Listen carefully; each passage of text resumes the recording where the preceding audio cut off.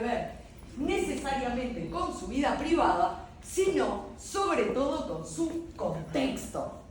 Porque Picasso es un tipo a principios del siglo XX, fines del XIX, principios del XX.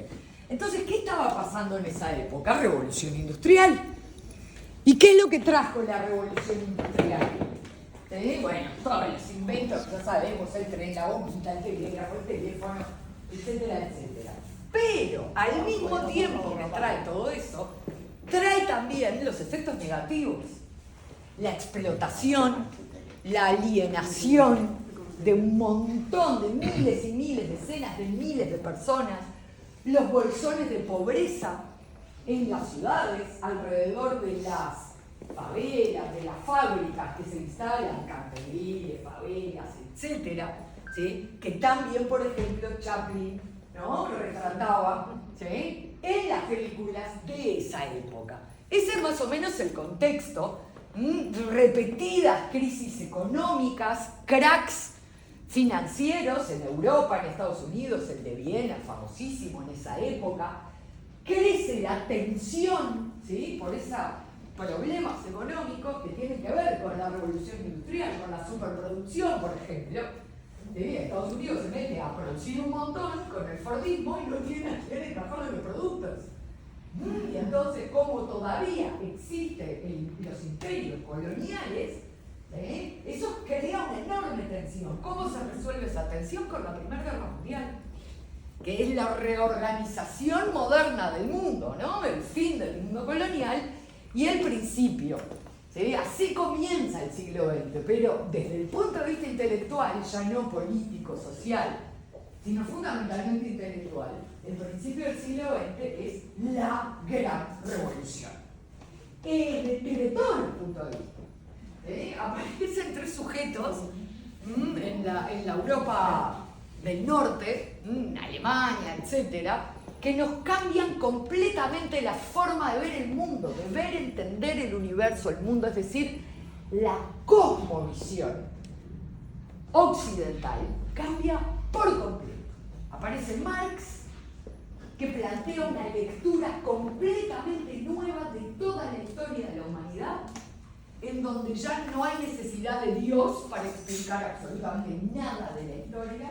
No. Gente conocida que quiero mucho, ¿no? Entonces, él, bueno, inaugura el materialismo dialéctico, ¿sí?, el materialismo histórico, etcétera, pero sobre todo entiende que la clase obrera es el motor, ¿sí?, del mundo, llama a una revolución, se arma la catanga medio en todas partes, ¿no? Pero yo me dijera, bueno, solo eso está. Solo que viene otro pariente, Freud, y en principio del siglo XX nos sienta a todos y nos dice: ustedes son todos unos degenerados. De hecho, yo también, somos todos unos degenerados. Estamos todos enamorados de nuestros papás y nuestras mamás, etc.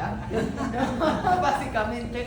Pero lo que importa es que él avanza la idea de que la actividad consciente del ser humano, que era lo que creíamos ser hasta ese momento, ¿no?, es apenas un pedacito así chiquitito de lo que en realidad somos, ¿no? Todos somos neuróticos y trae esta idea del yo, el ello, el superyo, es decir, las instancias de la psique, etcétera, etcétera. Y nos viene a decir que lo que el ser humano creía ser no es falso. ¿Sí? Hay mucho más dentro del ser humano que eso. Entonces, el mundo, la historia, la sociedad, visión nueva, cambio radical. El ser humano como tal, visión nueva, cambio radical. Es decir, ¿no? Solo que si fuera eso, está, pero viene encima Einstein y cartuchero. ¿No? Porque encima nos dice que toda la materia, las cosas sólidas, lo que creíamos que era, al menos lo que nos quedaba, para decir, bueno, por lo menos hay cosas que son estables y siguen siendo así. Todo es relativo, ¿sí? Y lo que creíamos saber entonces ya no sirve para nada, ¿no? Todas las estructuras internas de las cosas afloran a principios de este siglo XX, y entonces el ser humano es como si hubiera vivido 2.000, 3.000, 5.000 años sobre un piso sólido que de repente le sacan así como una alfombra y queda parado en medio de la nada sin entender gran cosa de lo que está sucediendo a su alrededor. La gente queda como en un estado de perplejidad, ¿sí? De que no entiende lo que está pasando, y esa perplejidad trae ansiedad, trae temor. Entonces, si nada es lo que no parece. puedes usar el micrófono porque cuando te vas para el fondo, A ver. nosotros que oímos. ¿Es mejor? Ah, sí. ¿Sí? ¿Mejora? Sí, gracias. Voilà, a ver qué tan largo es el cable. No te vayas. A ver. No. Estás más acá No te Está. Gracias. Bueno, Gracias. un poquito me puedo mover. Poquito. Entonces le decía, podemos seguir, si el mundo ya no es lo que era, si nada es lo que parece, ¿podemos seguir pintando lo que parece? ¿Qué sentido puede realmente llegar a tener? Poco. Y de repente, en medio de todo ese mundo nuevo, radical, caótico, surgen dos respuestas. Una respuesta es la emocional y la otra es la racional. La respuesta emocional, fundamentalmente, no solo, pero fundamentalmente, será dada por el expresionismo. El expresionismo alemán, ¿sí? Que como bien dice Hermann Bahr, voy a citarlo, ¿sí? Dice la siguiente frase, dice: jamás ninguna época ha conocido tal horror, tal angustia mortal. Jamás el hombre ha sido tan minúsculo, nunca tuvo tanto miedo. Quizás la alegría y la libertad jamás nunca fueron tan lejanas. La época toda entera no es sino un grito de desesperación. También el arte grita en plena oscuridad y pide ayuda, pide alma. Eso es el expresionismo. Entonces, noten ustedes cuál es la sensación visceral de la gente de esta época. Hay obviamente una búsqueda totalmente subjetiva de la expresión sin someterse a ninguna regla previa. ¿Por qué? Porque se acababan de romper todas las reglas. Porque Einstein rompió todas las reglas, Freud rompió todas las reglas, Marx rompió todas las reglas. ¿Se entiende? Entonces, en realidad es una época de ruptura, ¿no? Entonces, esta búsqueda de subjetividad, de expresión totalmente nueva, en donde se busca, fíjense ustedes, la deformación emocional de la realidad. ¿A través de qué? De distintas estrategias plásticas, como ustedes ven, ¿no? La desproporción, la distorsión expresiva, las líneas, los colores arbitrarios, todo siguiendo un impulso interior, ese grito que decía Bahr. ¿Se entiende, no? Entonces, cómo ellos hacen una especie de esquematización, fíjense, por ejemplo, en esta primera, ¿no? Esta esquematización en donde las formas se reducen a lo esencial. ¿Para qué? Para que ningún detalle capte tu atención y te quite del foco de lo que quieren transmitir.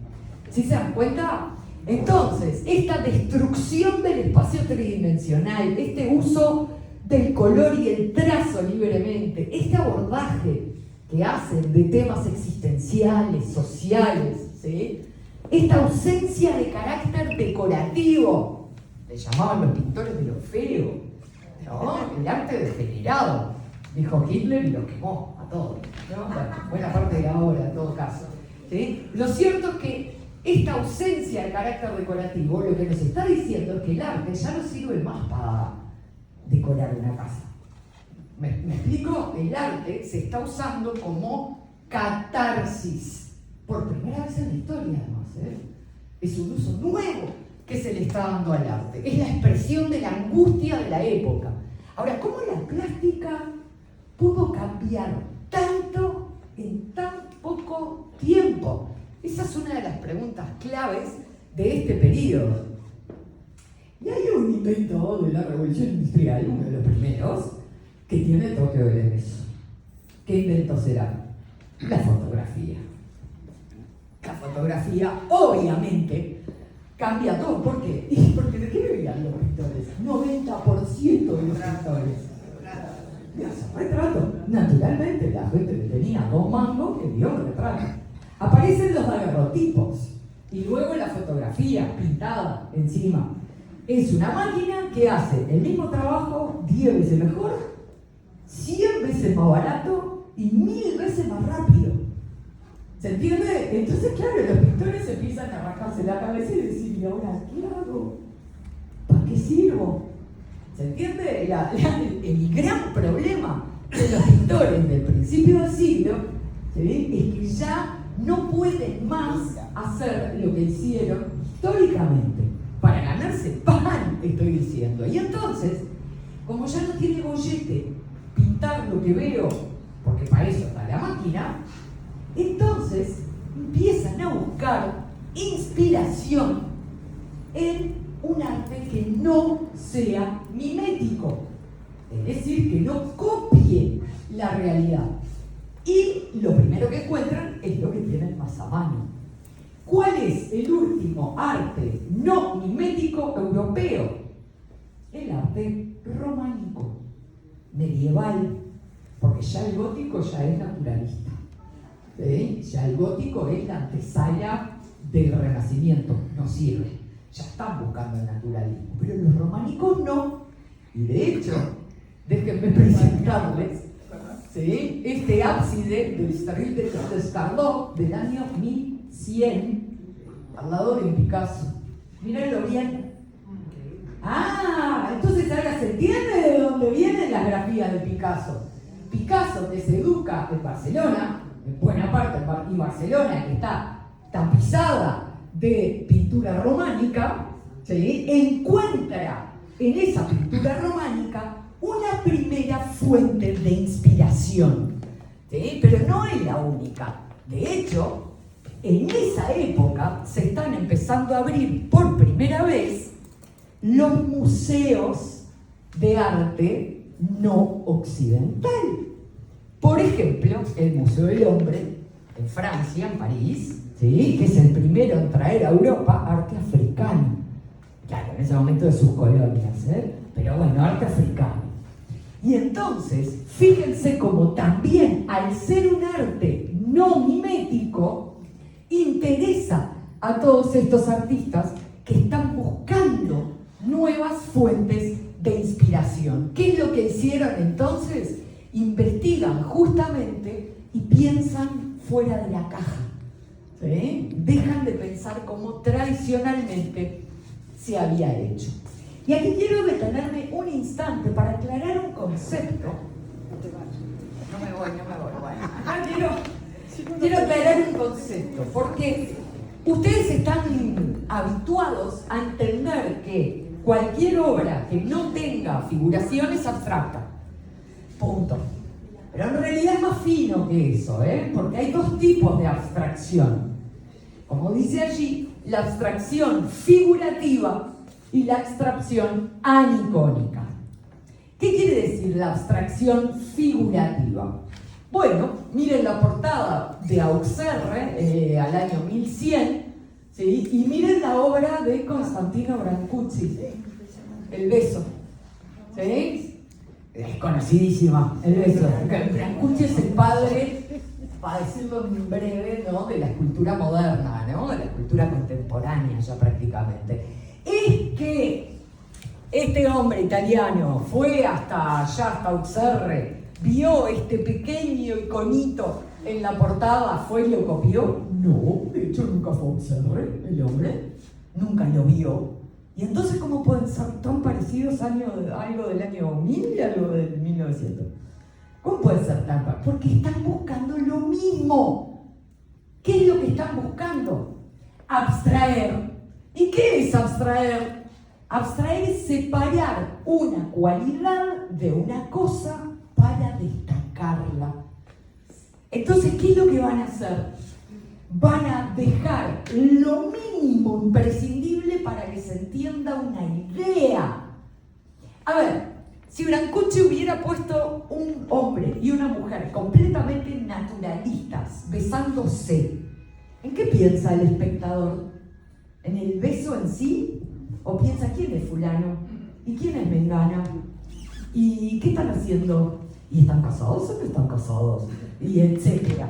¿Sí? Y no en el gesto del beso. ¿Sí se dan cuenta de la diferencia? Entonces, para yo abstraer justamente, para transmitir una idea a través de una imagen, se abstrae solo aquello que quiero destacar, retirando todo lo superfluo para ganar claridad conceptual. La abstracción anicónica es aquella. ¿Sí? Es el polo que es el traje, podría haber traído cualquiera, Podríamos ver alguna de las obras que están por acá también. Son abstracciones anicónicas, es decir, no hay ningún icono reconocible. ¿Sí? Entonces tengo dos niveles de abstracción, la figurativa y la anicónica. La mímesis, entonces, o sea, esto de copiar las cosas tal cual son, es absolutamente irrelevante si yo lo que quiero son transmitir ideas. Por eso en el románico hacían el arte que hacían, porque lo que querían era transmitir ideas. Y como de momento no tengo visto árbol de ideas como para yo poder sacar, ¿no?, unas ideas, ponerlas arriba acá y dibujarlas, ¿no? Es decir, las ideas no son parte del mundo material, sino que son parte del mundo mental. Entonces, eso es lo que explica la abstracción, tanto sea anicónica como figurativa. ¿Sí se entiende lo que quiero decir? Bien, bárbaro. Por otro lado, la ilusión de tridimensionalidad, que a ustedes a lo mejor en el liceo, en la escuela, les enseñaron que las habían inventado los renacentistas. ¿Más mentira que eso? Poco. Lo que están viendo, ¿sí?, arriba, es una imagen de Pompeya, Roma, siglo I a.C. Ya se había inventado perfectamente, incluso antes, porque los griegos, estaba el famoso Apeles de los griegos y los romanos tenían perfecta noción de la perspectiva, la tridimensionalidad, todo. Se redescubre en el Renacimiento y desde ese momento hasta el siglo XX todo el arte fue tridimensional. Lo cierto es que las formas de representación que no tienen tres dimensiones son más viejas también que el agujero del mate. Lo que están viendo es egipcio, ¿sí?, que no son nada nuevas las formas de representación no tridimensionales. Egipto, Sumeria y cuántas otras civilizaciones antiguas ya tenían esta forma de representar. ¿Por qué?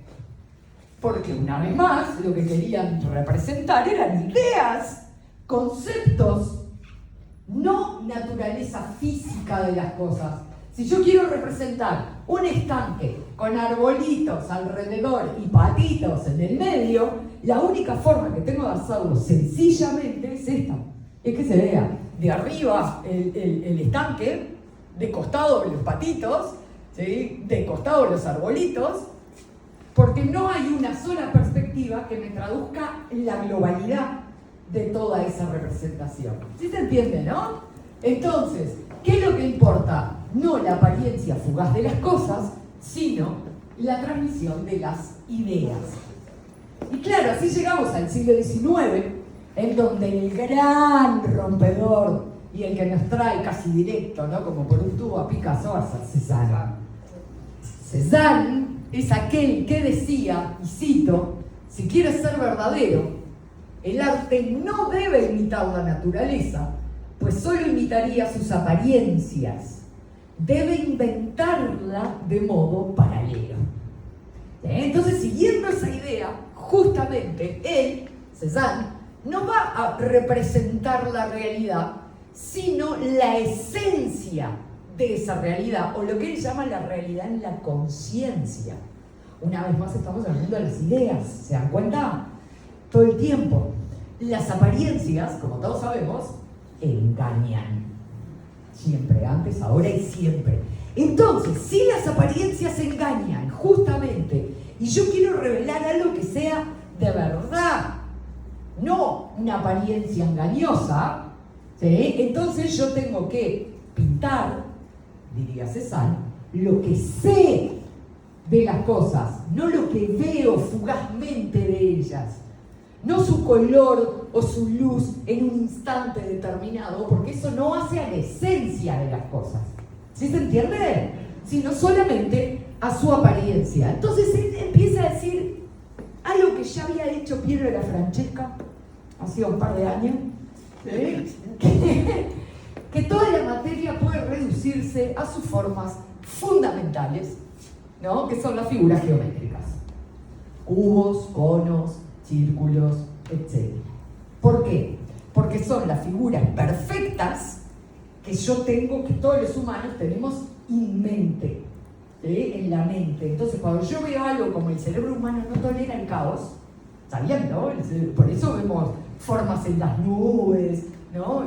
Y formas en las manchas de las paredes y qué sé yo.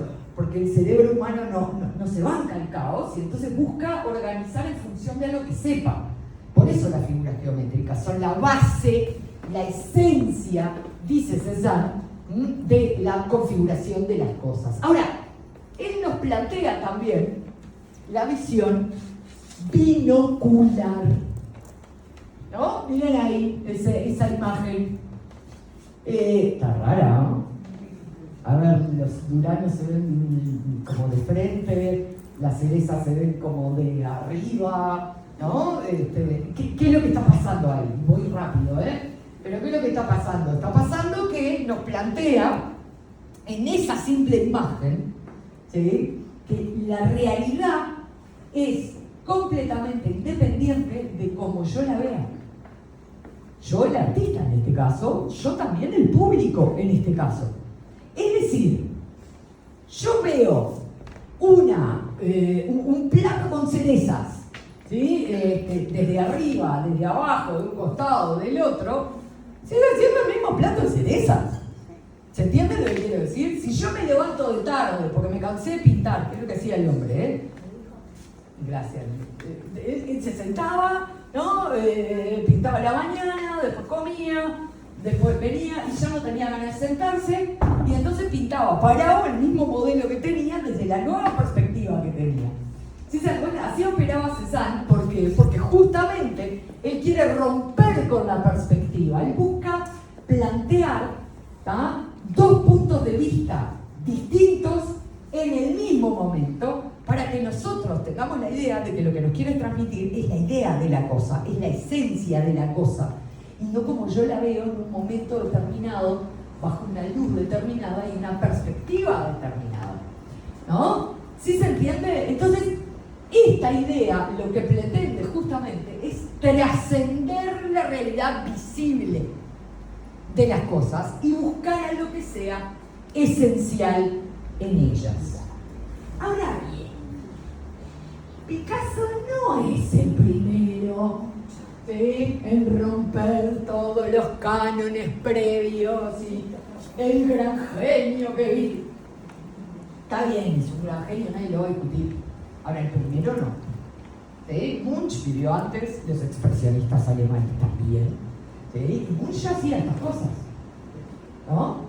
Todo el mundo lo reconoce, el grito. ¿Sí? Desde fines del siglo XIX, unos cuantos artistas ya están rompiendo, ¿tá?, dinamitando las formas de pintar, yendo mucho más allá de lo que habían ido los postimpresionistas. Van Gogh, Gauguin, Cézanne, Matisse, etc., ¿no? Miren esa imagen inquietante, agresiva, peligrosa, que refleja tan bien ese estado de cosas del que estábamos hablando hoy en la introducción, ¿no? Esas ondas que se expanden por toda la escena como agua agitada, esas curvas cortadas por una diagonal. Claro, Munch está buscando transmitir lo que él llama el grito de la naturaleza. Y no es la primera versión, fíjense, yo que les traigo la primera versión que hizo, ¿no? de eso que él sintió caminando con unos amigos por los fiordos. Y entonces la primera, fíjense, es mucho más naturalista, ¿sí? ¿Transmite lo mismo? No. ¿Transmite esa sensación de grito de la naturaleza? Ni ahí, ni ahí. Entonces, ¿vieron cómo la figuración naturalista no alcanza? No alcanza. También hay otros, Ensor, por ejemplo, que también, miren eso, ¿no? Y estamos hablando de 1890. ¿Se dan cuenta? Esta distorsión, ¿no? Esta forma de presentar las cosas, ¿no? que reclama, si querés, una nueva interacción con el espectador, porque el espectador ya no puede ser pasivo, ya no se puede sentar a decir, qué lindo, me gusta, no me gusta. No, el espectador tiene que interpretar lo que está viendo. No alcanza con verlo. Hay que interpretarlo, se tiene que involucrar en la percepción justamente de la obra. Es en ese contexto entonces que aparece la figura de Picasso. ¿Vieron que si no se entiende el contexto? Entonces Picasso, hijo de pintor, profesor de pintura, se cría en el taller desde que nace, entonces no es tan extraño que se dedique a la pintura. Lo que sí es más extraño son los primeros dibujitos que hace ya con 7, 8 años. Aquí les traigo uno. A él le encantaban los toros, no le iban a gustar los toros, era como los futbolistas de hoy, eran los toros para los españoles en esa época, y empieza a dibujar unas palomitas, que era lo que hacía el papá básicamente, que hacía bodegones, animalitos. Entonces le copia al papá, miren, 7, 8 años, las palomitas, pero me interesa mucho más lo que hace del otro lado del dibujito. ¿Sí? Los toros, la plaza, y si ustedes se dan cuenta, con muy pocos trazos, te da la idea de multitud detrás, ¿sí? Porque lo trabajan en distintos planos, con distinta intensidad, ¿tá? el trazo. ¿Eso un niño de 8 años? No, es increíble. La verdad que es increíble, ¿sí? Que tenga esa noción. Después apareció en la caja de cigarro del padre, este dibujito, ¿no? Que también es del chiquilín con 8 años, ¿no? En una cajita de fósforos o una cosa así. Resulta que el papá se muda a La Coruña, donde consigue laburo de profesor, y el hijo va a las clases con el papá. Los compañeritos tienen 6 años más que él, ¿sí? Pero él participa y hace este tipo de dibujos en donde muestra ya una cualidad extraordinaria, ¿sí? Desde muy temprano se ve su capacidad, ¿no? A transmitir con diferentes técnicas. Todo eso que estamos viendo es Picasso a los 15, 16 años, la de la primera comunión es espectacular, pero el cuadro que lo hace famoso en realidad es Ciencia y Caridad, ¿sí? De 1897, una obra de gran tamaño que también muestra cosas extrañas para un Botija tan jovencito. Por ejemplo, miren las manchas de humedad debajo de la ventana, ¿sí? De aquel lado. ¿Se dan cuenta la minuciosidad de la observación? En un adolescente es muy raro. Por eso se hace famoso como niño prodigio, ¿no? Como artista absolutamente prodigio, y se empieza a juntar, ¿sí? Con la banda de los artistas de la época, siendo él además un niño, un adolescente muy jovencito, ¿no? Picasso es muy intuitivo, visceral, temperamental, seductor, no necesariamente buena gente. El mundo es así, y sobre todo el arte. Si esperamos que todos los artistas sean buena gente, nos quedamos con 4, ¿no? En toda la historia del arte. Lo cierto es que tiene pocos verdaderos amigos en realidad, Se une a la bohemia que para el bolichón ahí en el Scatregat, en Barcelona, que es muy conocido, Y todos ahí sueñan con irse a París, justamente, que es donde se está cociendo el bacalao en esa época, ¿no? Lo cierto es que él se va a París, ¿tá? Con un amigo de él, Casagemas, y en París este amigo se enamora de una prostituta, empieza a darle duro a la droga, y no es que los demás no le dieran duro a las drogas, pero este chico se descontrola, ¿sí? Y Picasso lo abandona, se vuelve a Barcelona, a pedido de sus padres, y estando él en Barcelona, su amigo Casagemas se suicida. Y eso para Picasso fue realmente muy duro, y es lo que inaugura su periodo azul. En el periodo azul él empieza a buscarse justamente, ¿sí? Y fíjense, todas las obras del periodo azul, no voy a entrar en demasiados detalles porque estaríamos hasta pasado mañana, pero se ve ese Picasso en crisis, ¿no? Hondamente trágico, ¿sí? Que está marcado por la depresión existencial que le genera realmente la crisis, la muerte, el suicidio de su amigo, ¿no? Todas las imágenes que vemos allí son de ese mismo carácter. Él vuelve a París, a donde ya se va a instalar definitivamente, y sigue en ese mundo, no se puede sacar esa depresión de arriba. Y cuando digo depresión me refiero a la enfermedad de depresión, no al estar triste. Cuidado, ¿sí? Que la enfermedad de depresión es una enfermedad salada, que no se cura así de decir, qué lindo, tiro cuenta y ya está, ¿no? Durante ese periodo, entonces, en París, él empieza a absorber todas las novedades de las vanguardias que acabamos de ver, ¿sí? Que ya estaban produciéndose, ¿no? Del postimpresionismo, etc. Y trabaja justamente, si ustedes ven, en una línea muy similar al expresionismo alemán. Expresionismo alemán, aquí les traigo algunas imágenes para que tengan una idea, ¿sí? ¿Ven cómo hay un universo plástico común con Picasso? Solo que ¿cuál es la diferencia de Picasso? Es azul. Es todo azul. ¿Por qué es todo azul? Porque quiere choquear al espectador como querían los expresionistas alemanes. Sí, pero no. ¿Por qué? Porque el dolor existencial que siente, ¿sí? No le permite una fiesta de colores, porque no transmite eso, ¿no? Es, lo que él necesita transmitir es esta enorme melancolía, este dolor, ¿sí? Que refleja no solo en los colores, sino también, nótenlo, en los modelos elegidos, gente rota, toda, ¿sí? Está re lejos de la estridencia expresionista. Su obra es íntima, introspectiva, es esa onda de un sufrimiento sereno, que obviamente está toda marcada por ese estado depresivo que atraviesa.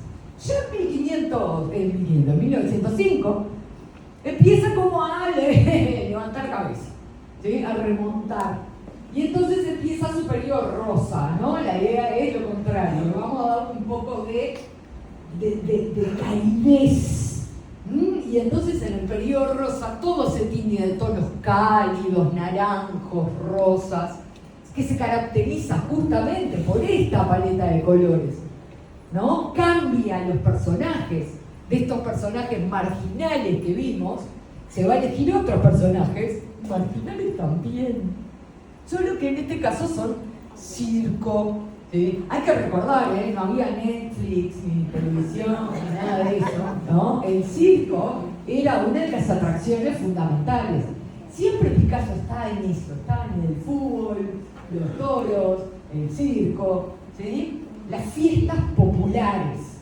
Claro, pero miren cómo pinta estos arlequines y estas fiestas populares. ¿Se ven pletóricos de alegría? Lejos de estar pletórico de alegría. De hecho, ya no son quizá tan desesperados como los personajes azules, pero en el palo, ¿no? Nótenlos ustedes. No emanan la alegría que suelen derrochar en el escenario, arriba del público. Los vemos melancólicos, pensativos. De hecho, a mí lo que sí me encanta de Picasso es que es de esos artistas que se siguió buscando hasta el último día de su vida. No es de esos que encontró una beta y siguió 60 años haciendo lo mismo, sino que al contrario, él exploraba y cuando veía que ya eso no daba para más, listo y a otra cosa. Y así estuvo toda su vida, ¿no? Entonces, en ese sentido es un genio creativo inagotable, ¿no? Que nunca se le agotaba la creatividad. Y llega la gran ruptura. La gran ruptura es este cuadro, ¿sí? Son las famosas señoritas de Avignon, que en realidad no es su nombre, el nombre del cuadro se lo puso la gente que lo quería vender, que le parecía obsceno vender un cuadro de esas proporciones, que se llama ahora el burdel. Como que hoy estaría todo bien, pero al principio del siglo XX el burdel no pasaba. Entonces mejor las señoritas de Avignon. ¿Pero quiénes eran las señoritas de Avignon? Bueno, en Barcelona hay una calle, como era calle Piedras, en Montevideo, no sé si me van siguiendo, ¿no? El Bajo, donde estaban las hileras de los quilombos y las chiquilinas, ¿no? De buena vida que trabajaban ahí, era la calle Avignon. La señorita de Avignon, ¿cómo decir la señorita Bolívar Artigas? O de Carrera. ¿Sí? Entonces, lo que va a decir el propio Picasso es que el burdel es el primer exorcismo, es lo que le permitió ser libre. ¿Ustedes dirían que es un cuadro cubista? Yo lo veo un poco cubista.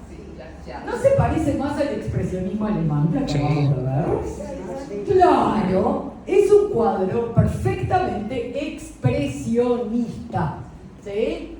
Lo que pasa es que hay algo que sí está empezando a cambiar con respecto al expresionismo, ¿sí? Y es sobre todo el fondo. Miren el tratamiento del fondo. ¿Qué es lo que está empezando a pasar con el fondo? Se está empezando a romper, a facetar, a ser visto también desde distintos puntos de vista. ¿Sí? Eso es algo innovador que vamos a ver un poquito más adelante.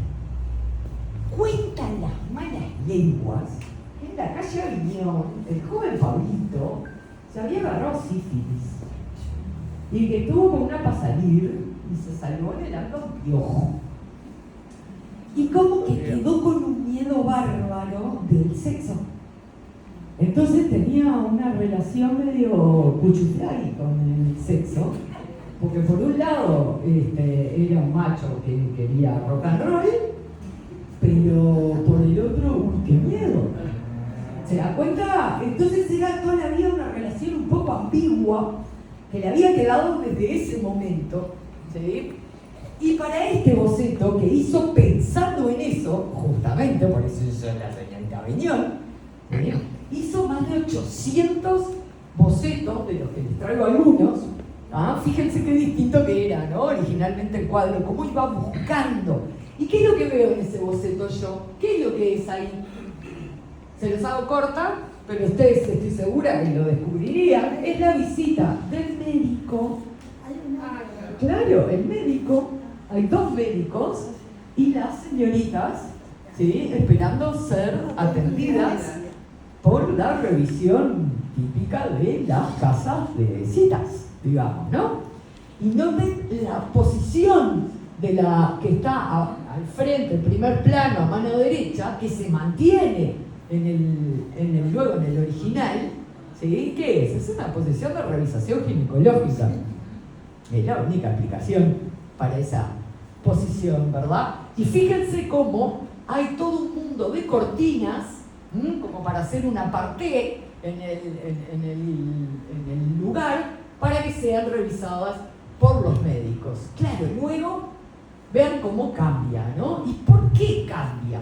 Bueno, ya empieza a cambiar en estos bocetos, ¿sí? Él se da cuenta que estaba todo muy naturalista y que no transmitía el gusto y al mismo tiempo el miedo que quería transmitir, ¿no? Entonces fíjense como en esos bocetos ya empieza a deformar la realidad, desaparecen los varones por irrelevantes para la historia, quedan solamente las muchachas, ¿tá?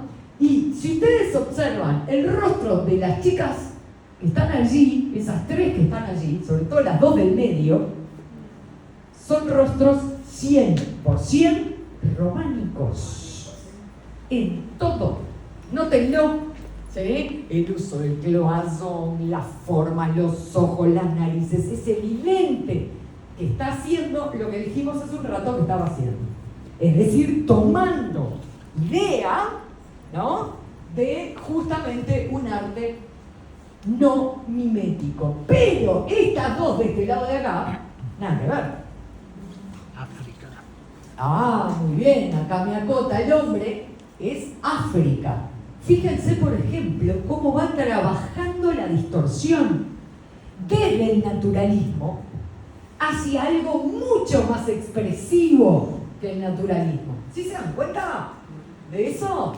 Y por supuesto, obviamente, ¿sí?, la cara aquella es tomada directamente de una de las máscaras africanas que él vio en el Museo del Hombre. ¿Sí se dan cuenta de lo que quiero decir? Cómo empieza a trabajar, cómo busca de alguna forma construir a partir de cosas que ya existían, pero que no se habían visto antes, ¿no?, en pintura. Lo cierto es que este cuadro lo pinta en respuesta sobre todo a Matisse, que pasaba en ese momento histórico por ser el súper moderno, súper rompedor, ¿no? Y lo que le dice este hombre es, bueno, si le voy a hacer Matisse en romper, vamos, romper es lo que hago yo, ¿sí? Y entonces inaugura justamente una nueva forma de concebir la pintura. En ese marco es que va a aparecer una figura totalmente relevante para la vida de Picasso, que es Braque. Porque todo el mundo dice, ah, el cubismo es Picasso, el cubismo es Picasso. No. El cubismo es Picasso y Braque.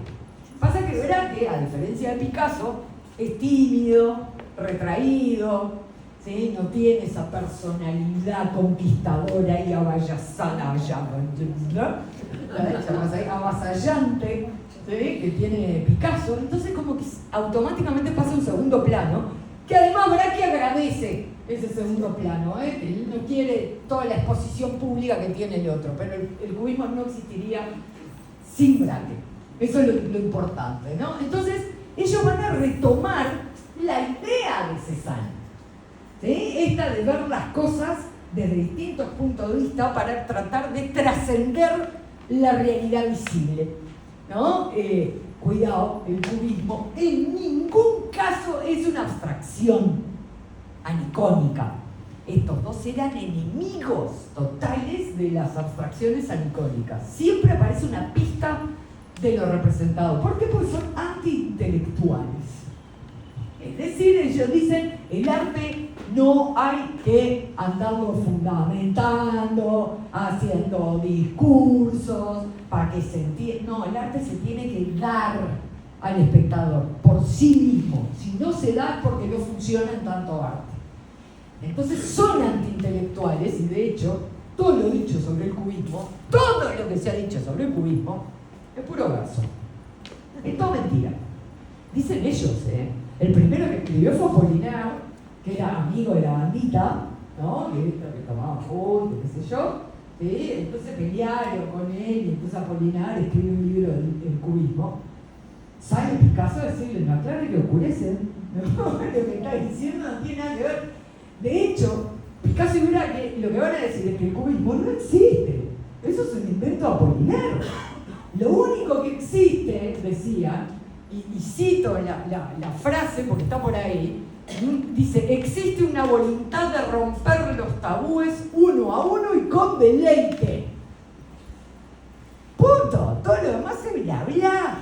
Dice tanto Picasso como Braque, ¿no? Entonces, lo cierto es que el cubismo fue una vanguardia corta con respecto a otras, fulgurante, ¿sí? Que dejó una larga estela, que se puede deducir en 3 fases distintas, pero quizás no nos importa tanto de momento ese detalle, ¿no? Lo cierto es que voy un poco más rápido, porque ya me veo que estoy quedando en el tiempo, ¿sí? Fíjense el cubismo. ¿Qué es lo que hace el cubismo? Profundiza Cézanne. ¿Qué es lo que va a buscar? Busca facetar, fragmentar todo lo que se ve. Es decir, ¿por qué va más allá de Cézanne? Porque Cézanne fragmenta la visión de las cosas, pero los fondos, por ejemplo, no. Los cielos siguen siendo cielos, las mesas siguen siendo mesas. ¿Qué es lo que hacen? Se basan en Einstein. Y dice, bueno, a ver, si todo es relativo, ¿no? Si el espacio, el tiempo y la materia en realidad son un continuum que se interdetermina mutuamente, entonces esta fragmentación que nosotros proponemos tiene que abarcarlo todo, no puede quedarse en el objeto y el fondo seguir como sabíamos antes que era, pero que sabemos ahora que es cerrado. ¿Se entiende? Entonces, fíjense cómo se reconocen los objetos. Cuidado. De hecho, les planteo esta. Miren cómo se reconoce. Claramente se reconocen los objetos, ¿no? Bueno, acá también se reconoce claramente un retrato, ¿sí? De un Marchand. El hombre del clarinete, un poquito menos, pero ahí se ve un hombre, se ve un clarinete. ¿Qué quiere decir? Que aunque se reconocen los objetos, está fragmentado en planos que justamente representan todas las perspectivas posibles del objeto. ¿Sí se dan cuenta? Señalando así justamente la 4ª dimensión, el tiempo. ¿Por qué? Vamos a usar este vasito como ejemplo. Si yo miro este vaso así de frente y tengo que venir y lo miro así de costado y tengo que venir y lo miro así de atrás, ¿qué es lo que insumí para verlo desde todo el punto de vista? Tiempo. ¿Sí? El tiempo es la amalgama que vincula las distintas perspectivas. ¿Me explico? Porque yo necesito justamente rodear el objeto insumiendo tiempo para tener eso. ¿Sí se dan cuenta? Entonces eso es lo que quieren. Algo que trascienda la materia es el tiempo. El tiempo trasciende la materia. Claro, es una idea bien platónica, lo concedo. Porque ¿qué te dice que hay una esencia atrás de las cosas? Eso es la idea de Platón. ¿No? Aquellos, ¿se acuerdan, no? El mundo de las ideas, que donde está lo esencial y lo material es una vil copia del segundo orden, son sombras. ¿Se acuerdan el coso de la caverna, no? Entonces sí existe una esencia trascendente de lo que yo veo. Es totalmente platónico, no necesariamente es así. Eso es lo que dice Platón que es, ¿no? Como que la apariencia esconde algo esencial. La verdad, entonces, la van a buscar diseccionando la forma independientemente de factores como el color, la luz. ¿Sí? ¿Por qué? ¿Por qué el color y la luz no importan, pueden ser arbitrarios? Porque cambian todo el tiempo. Porque no son parte de la esencia de la cosa. A ver, el color, si yo lo miro con una luz cálida, con una luz fría, cambió completamente.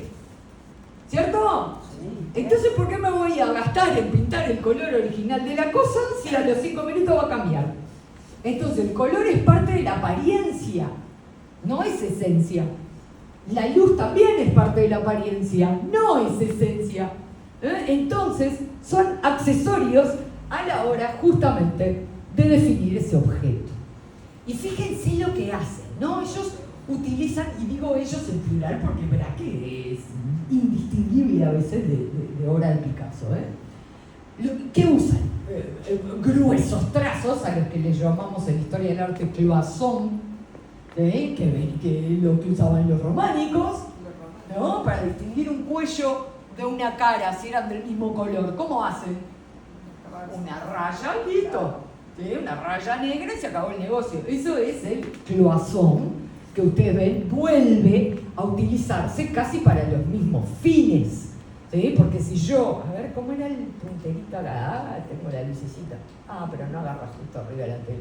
Bueno, no importa, pero ustedes lo ven ahí, ¿no? Cómo disecciona cada parte y la subraya con negro para que se entienda que es un objetito, que es una perspectiva del objeto. Y miren cómo esa figura femenina, la muchacha con mandolina, se ve la muchacha, se ve la mandolina, pero miren cómo se crea un continuum espacio-tiempo con el fondo.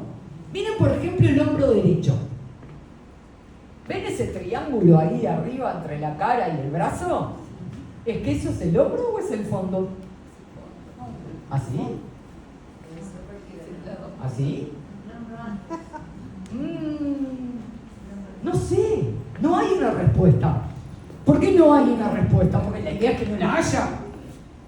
¿Sí? Yo creo que si uso mucho el micrófono la gente se me duerme. No, todo bien. Porque se pierden las diferencias de entonación. Bueno. Voilà. Entonces, ¿cuál es la idea justamente? La idea es fusionar por algún lado, ¿sí?, a la muchacha con el fondo. ¿Sí se dan cuenta? Eso es el cubismo. Llevar a toda la obra, a la plancha completa de la obra, la lógica binocular que había inaugurado Cézanne. Disecciona cada parte, trata cada parte individualmente, ¿sí?, facetando en planos. Miren ahora el hombro izquierdo. ¿Sí? ¿Cuántos planos tiene un hombro? Fácil, contemos. Uno acá, otro acá, uno acá y otro acá. Miren ahora. 1, 2, 3, de atrás no se ve nada más. ¿Sí se dan cuenta cómo facetan planos, ¿sí?, la realidad visible? ¿Lo notan, verdad? No sé si... Entonces, justamente, si espacio, materia y tiempo son un continuum, ¿cómo expresarlo plásticamente? Eso es lo que están buscando. Ese es el corazón de la búsqueda cubista. ¿Sí se dan cuenta? Claro, buscan lo que ellos llaman la total objetivación del objeto. Que el objeto sea totalmente independiente de quien lo ve. Lo que pasa es que eso es mentira, porque igual es subjetivo. A ver, las rayas que yo elijo, los planos que yo elijo, los colores que yo elijo, son subjetivos. O sea, la total objetivación en arte es una quimera, ¿sí? Es un jeu de l'esprit, como dirían en francés, ¿sí? Pero ¿cuál es la idea? Eliminar al máximo los colores para que no sean justamente una referencia ilusionista, ¿no? Y hacer una especie de andamiaje de planos, formas, casi en una visión caleidoscópica. Solo que esta lógica exacerbada hace que de verdad, al final el objeto se pierda. Porque miren ahí, en las fases analítica, hermética, en realidad esto se llama la fase hermética del cubismo, esa lógica exacerbada hace que cada vez sean más retacitos de espacio, cada vez más superpuestos en distintas transparencias, uno arriba del otro, ¿sí? Llega a una cosa tan confusa, ¿sí?, que ellos dicen stop. No, porque nosotros no queríamos abstracción. Entonces, justamente, lo que hacen es salir de eso e ir hacia lo que se llama el cubismo sintético. ¿Cuál es la idea? La idea es trascender la materia a partir de la materia misma. Es decir, si yo quiero reflejar la esencia de las cosas, ¿qué mejor que traer las cosas al arte directamente? Si quiero un instrumento musical, ¿de qué es un instrumento musical? De madera. Traigo madera. Pongo un cacho de madera. Papel. Letras. Tipografías. Es decir, traer la vida normal, de verdad, al arte. ¿Sí? Fíjense cómo el objeto ahí ya no es facetado, analizado en multitud de planos, ¿sí?, sino que es mucho más fácil de descifrar, ¿no? Otra vez recuperan el objeto, pero existe esta entrada de materiales extrapictóricos que permiten justamente una textura mucho más variada, ¿sí? En esa utilización de diarios, recortes, tientos, plásticos, yute, ¿sí? Lo que venga, lo que sirva para traer la realidad de vuelta, ¿sí? Al mundo de la plástica. Pero rápidamente Picasso siente que el cubismo se agota. O sea que ya no se puede hacer más nada a partir de lo que ya está hecho del cubismo. Y una vez más vuelve a justamente crear este quiebre que yo les decía recién, por eso me gusta tanto Picasso, ¿no? Porque es capaz de reinventarse. Fíjense, por ejemplo, cómo empieza a intentar hacer algo que tampoco es la primera vez que se hace, que es la síntesis de la forma, ¿no? Él dice, si yo quiero transmitir la esencia de algo, eso nunca lo pierde, ¿eh? Él siempre quiere transmitir la esencia de las cosas. ¿Ah? Ahora, si yo quiero transmitir la esencia de algo, ¿ah? ¿Con cuál es la mayor economía de recursos con la que puedo transmitirla? Miren ahí la idea del toro. ¿Es que con 4 rayas yo puedo dar la idea del toro? Yo no, pero Picasso sí. Está claro, ¿no?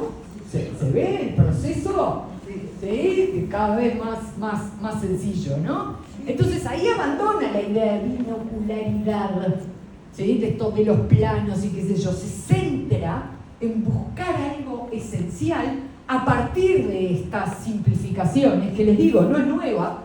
De hecho, desde el principio mismo de la humanidad, ustedes saben, el Paleolítico, que arrancó siendo totalmente figurativo, es sustituido por el Neolítico, que es totalmente abstracto. ¿Sí? ¿Por qué en el Neolítico se vuelve todo totalmente abstracto? Porque el hombre está aprendiendo a dominar la naturaleza. ¿Y cómo la domina? ¿Con su fuerza?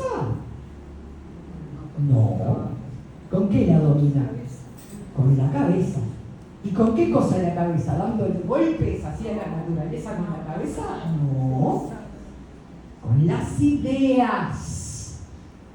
Y son las ideas lo que le importa transmitir al hombre neolítico, porque es la herramienta de control sobre la naturaleza, en donde el hombre deja de ser presa y pasa a ser el cazador. ¿Sí se dan cuenta? Entonces, lo que busca es totalmente diferente. Ahora, ¿produce la misma experiencia estética el arte figurativo que esta abstracción? No. Fíjense, por ejemplo, aquel es del siglo II después de Cristo y este de acá es del siglo XII después de Cristo. Con lo cual, la síntesis no es una línea progresiva, cada vez más síntesis o cada vez menos síntesis, es una línea medio así, ¿sí? En función de lo que le interesa al ser humano, es lo que va a ir transmitiendo, ¿no? No produce la misma experiencia estética por una sencilla razón, ¿sí? Porque no llega a partir de los sentidos, sino a partir de las ideas. Entonces es eso lo que cambia. Y en medio de todo esto estalla la guerra, ¿no? Estalla la guerra, estalla Guernica. De hecho, esta obra que nace de una noticia en el diario, y eso nos lo cuenta el fotógrafo Man Ray. Man Ray nos cuenta lo siguiente, dice: cuando nos llegó la noticia del bombardeo de Guernica, Picasso quedó conmocionado, encargó una gran tela y comenzó a pintar. Trabajó febrilmente cada día, empleando solo el negro, el gris y el blanco, porque estaba demasiado enfadado como para andarse con las sutilezas del color y con problemas de armonía y composición. Estaba muy enojado. Repintaba una parte de lo que había pintado el día anterior, no para mejorarlo, sino porque quería expresar otra idea que se le había ocurrido. Y pintó en una tela única. Cuando hubo desahogado una parte de su rabia y terminó la tela, terminó con dibujos brutales, cabezas de mujeres sangrientas, bestias agonizantes, etcétera, etcétera. Vamos a decir la verdad,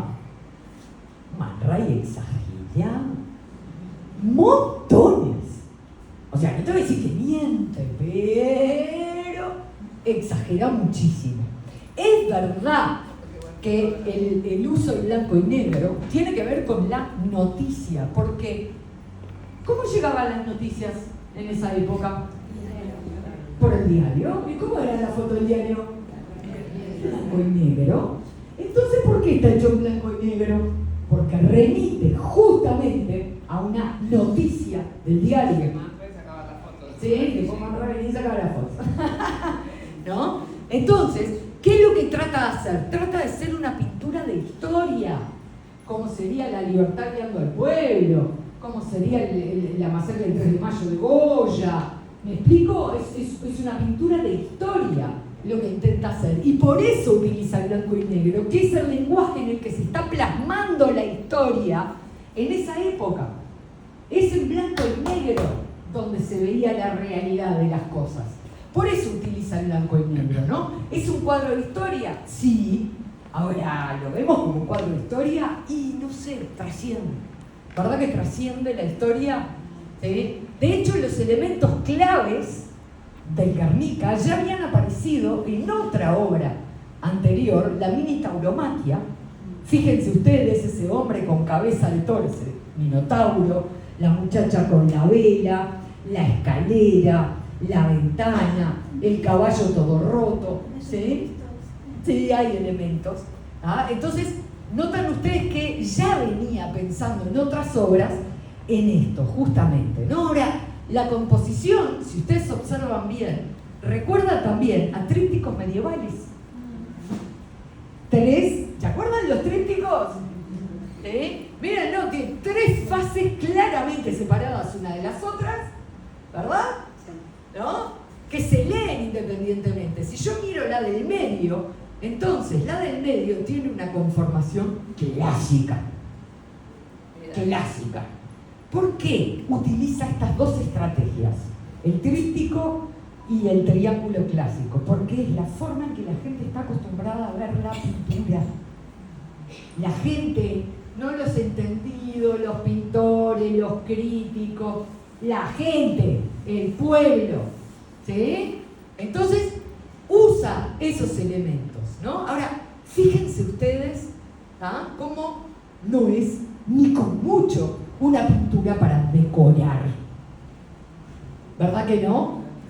Decía el propio Picasso que es un instrumento de guerra contra el enemigo. Y así hay que leerlo.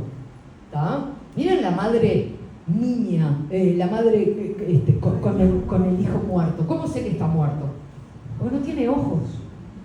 ¿Se dan cuenta que no tiene ojos? Están vacíos. Y miren los ojos de ella. No llora. Los ojos se han transformado en lágrimas. Igual que los de la mujer de la ventana, huyendo del fuego. ¿Sí se dan cuenta? Acá, allá. Ahora, noten ustedes cómo Picasso podía hacer redondeces, y vaya si las habrá hecho, ¿no? Sensualidades, redondeces, curvas. ¿Por qué elige un tratamiento basado en ángulos, en cuchillos, en dagas? ¿Lo notan? Porque la curva, ¿qué es? ¿Cómo es la curva? Sensual, femenina, delicada, ¿sí? Ñanga, ñanga, allá. ¿Y esos picos qué son? ¿Qué son? Agresivo, violento. ¿Sí se dan cuenta? Entonces él elige componer a partir de estos picos, ¿ah? Para que se sientan. Miren el caballo, miren la daga que tiene por lengua. Es un puñal la lengua del caballo, ¿lo notan? Es la punta de un cuchillo. Miren, por ejemplo, esa muchacha, la del candil, que uno diría, el candil, la esperanza, sí, solo que agarra tan fuerte la esperanza que se rompe la mano. ¿No ven que la mano está toda rota? ¿Sí? Entonces, noten ustedes otro elemento, ¿sí? Terrible, esa mujer que trata de levantarse, ha recibido probablemente una bala o metralla en la pierna, se trata de agarrar, ¿no? la herida y arrastrarse ¿no? Con esa pierna mostrando esta brutalidad de lo que fue Guernica, ¿no? Bueno, miren esa mujer, ¿no? Es brutal cómo sale de las llamas que están abajo, ¿no? Todo eso, si yo lo quisiera transmitir en lenguaje figurativo, ¿me transmite la misma potencia? No, me pasa lo mismo que con Munch, con el grito de Munch. No lo logra, ¿sí? Noten ustedes, por ejemplo, ¿tá? Este que es el único varón de toda la composición, no sé si habrán notado, son todas mujeres, ¿sí? Ese es el único varón, ¿tá? Que hay gente que dice que es una estatua, otros que dicen que es un guerrero. Lo cierto es que es como un varón hecho piedra, por lo tanto puede ser una estatua, caída en el piso, rota, hecha pedazos, con una flor y un pedazo de espada en una mano, ¿sí? Lo cierto es que, si ustedes ven, el caballo y el toro, símbolos muy polisémicos, podríamos estar 3 días diciendo qué es el caballo, qué es el toro, etc. En general se dice que el toro es la representación de España, ¿no? Y que por eso siempre está mirando por otro lado. Básicamente cuando algo pasa parece que los españoles chiflan y miran por otro lado, ¿no? Eso lo dicen los propios españoles, con lo cual vamos a creerles, ¿no? Ahora, lo cierto es que, a diferencia de lo que dice Man Ray, esto no fue pintado rápidamente, ¿sí? Fueron meses de trabajo, muchos bocetos previos, se fue cambiando la obra. Por ejemplo, fíjense en ese boceto previo cómo la lámpara que se ve arriba de todo era un sol. ¿Lo ven que era un sol? Sol que termina siendo una bombita. ¿Por qué? ¿Qué significa el sol? La vida. ¿Qué sentido tiene poner un sol en medio de eso? Claro, en caso se dio cuenta enseguida que no encuentra sentido y cambia la luz de la vida por una miserable bombita eléctrica, ¿no?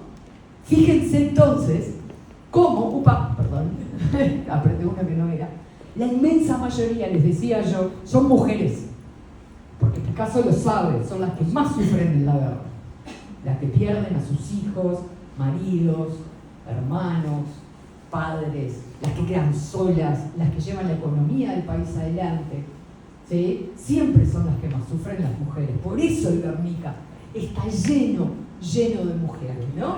Lo cierto es que esta obra, que se hizo ultra mega famosa, se hizo tan famosa porque obviamente cuando estalla el franquismo en España, se podrán imaginar que esta obra no podía entrar. Y entonces estuvo décadas, 40 años, paseándose por todo el mundo. Entonces, claro, eso hacía que todo el mundo la viera, que estuviera en un montón de museos, que estuviera en Estados Unidos, en París, en todas partes, ¿no? Que se viera en todas partes, que saliera en los diarios, allí donde llegaba. Entonces fue de conocimiento masivo.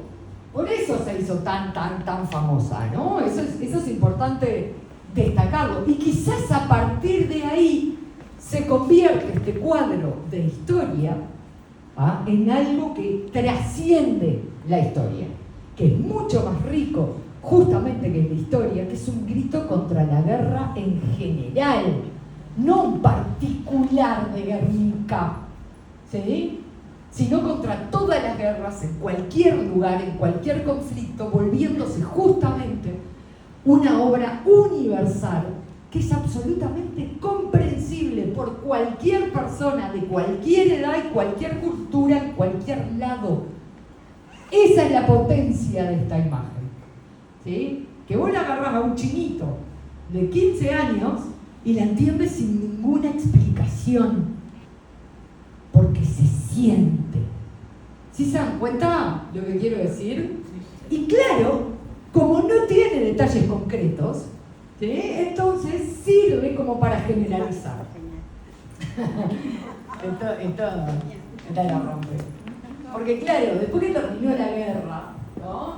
Y que vinieron las décadas sucesivas, los artistas empezaron a agarrar por otros lados. Vieron que cuando termina la guerra, la gente no quiere hablar nada de la guerra, ¿no? La idea es pasar página y pensar en otra cosa. Los artistas no escapan a eso. Ya en esa época empieza el expresionismo abstracto, luego el minimalismo, el arte pop. Picasso se empieza a quedar como viejuno, ¿se entiende? Porque además él detesta todos esos movimientos norteamericanos nuevos, y entonces como que entra a pasar de moda Picasso, ¿no? Un poco pasado de moda. El arte de él también empieza a resentirse, ¿sí? Quizás por ese encierro, autoencierro artístico, ¿no? Porque el mundo sigue para adelante y el tipo como que no entendió mucho para dónde estaban agarrando los tiros, ¿sí? Y en realidad se empezó como a quedar viejo. Todo lo demás lo veían como venerable, porque a nadie le faltaba respeto ni mucho menos. Todo lo veían como un gran genio, pero un genio pasado de moda. Imagínense, estamos en la época de Warhol, qué sé yo, ¿no? Esto como que estaba medio ya, ¿no? De modé, ¿no? Sin embargo, ya incluso en su última época, en su época más madura, los 70s, ¿sí? Y digo madura por no decir ya en su vejez, es un hombre que vivió muchos años, por suerte. En 1948, en realidad, que no era tan viejo, se reunieron en una ciudad polaca. Yo digo que está mal esa fecha, no es 48, tiene que ser mucho más adelante. Me disculpo, no recuerdo ahora exactamente la fecha, pero no es esa. Porque se reunieron en un congreso en Breslava, los intelectuales de todo el mundo, en una cosa que se llamó el Congreso por la Paz, para hacer un llamamiento justamente sobre la necesidad de superar los conflictos bélicos y vivir de forma pacífica, y se le pidió a Picasso que desarrollara el afiche de ese Congreso por la Paz. Y eso quizás lo más sorprendente de la vida de este genio, de la obra de este genio, porque al mismo tiempo creó la imagen icónica de la guerra con el Guernica, y para este congreso, que está bien la fecha, es el 48, creó la imagen icónica de la paz. Se la pidieron por un afiche, para un congreso, el Congreso de la Paz, ¿no? Estos intelectuales, progresistas, pacifistas, etcétera, etcétera. Y de alguna forma, entonces, esto se extiende, esta paloma de la paz se hace además muy conocida, ¿tá? En un discurso público, que Picasso no hacía discursos públicos. 48. Por eso estaba bien la fecha al final. El discurso que hace en otro lugar, pidiendo para la liberación de su íntimo amigo Pablo Neruda. ¿Sí? Pablo Neruda, recuerden ustedes, estuvo desaparecido un montón de tiempo por la dictadura de Pinochet, ¿sí? Y toda la intelectualidad y los artistas del mundo pedían su liberación. El propio Picasso decía, si Pablo Neruda no recobra su libertad, nuestro congreso no sería un congreso de hombres dignos de ser libres. De alguna forma, entonces, Picasso termina por crear dos de las imágenes más potentes del siglo XX. La imagen icónica de la guerra y la imagen icónica de la paz. Muchísimas gracias.